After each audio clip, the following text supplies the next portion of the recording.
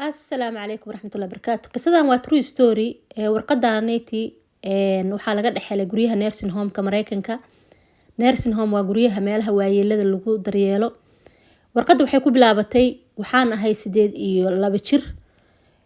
grandmother ah 82 sano jira. Waxaan dhalay bay tiri 4 ilmood. Waxaan kaloo ilmahayga sii dhaleen 11 grandchildren ayeeyo aan u ahay. kuwa ayada u ahaa waxay sii dhaleen ay tir laba kale oo aan macooyto u ahay ilmaha ayada u tahay ilmaha sii dhaleen waxay tiri I no longer have gurigi weynaa aan deganaa quruxda badnaa ma degani waxay tiri waxaan deganahay qol yar waxay tiri ma haysto ilmahaygii farxadoodii iyo qosolkoodii waxay tiri ma haysto ilmahan ayada u ahay iyo istagdagaali jiray iyo qosolkoodii ma haysto waxay kaloo tiri hobbiyadeedii iyo waxaan jeclaa inaan sameeyo inaan keega aan dubo in aan beertaydii fasho waxyadeedii biyeysto waxay tiri ma haysto waxay kaloo tiri hobbigeygii oo ahaa inaan wax akhriyo waxay tiri hadeerto indhihii waa isii daciifayaan laakiin weli waxay tiri waxbaan akhriyaa oo islaan dariskeyga ah oo bay tiri oo aan socon karin ayaan maalin dhaweyd u akhriyay buug u akhriyay laakiin 2 bari kadib waxaa la ii sheegay inay dhimatay waxay tiri caruurtayda qaar ma arko 15 bari kadib bay ii yimaadaan qaar 4 biloodba mar ayay ii yimaadaan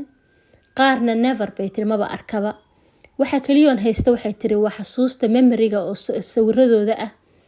cidla halkan igu haysay tiri loneliness baan dareemayaa cidlaan dareemayaa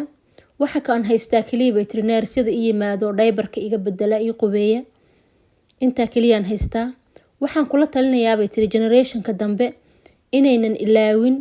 dadkooda aynan ilaawin iyo dadka elderliga aynan ilaawin qisadan runtii waa qiso wiil baa soo tabiyay waa true story ana ilaahay markiis qisooyinka feega ma jecli waana wax mar walba dhaca marka qof walbo islaam ah anaga alxamdulillah laakiin dad waxaa jiro iyagoo xataa islaam ah waalidkood aan xasuusanin fadlan waayeelada haloo naxariisto hala xasuusto hala booqdo halaga warhaayo ilaahay u naxariisto waalidiinteen dhamaatood intii dhimatay inta noolna ilaahay ma aragtay cimri dheer iyo caafimaad suuban ha siiyo qof kastoo ka warhay ayeyda awowga waalidka inta agtaada ka dhow especially waalidiinta waayeelada ah ilaahay u naxariisto waalidkeen sidee noogu naxariisteen markaan yareen wassalaamu calaykum waraxmatullaahi wabarakaatuh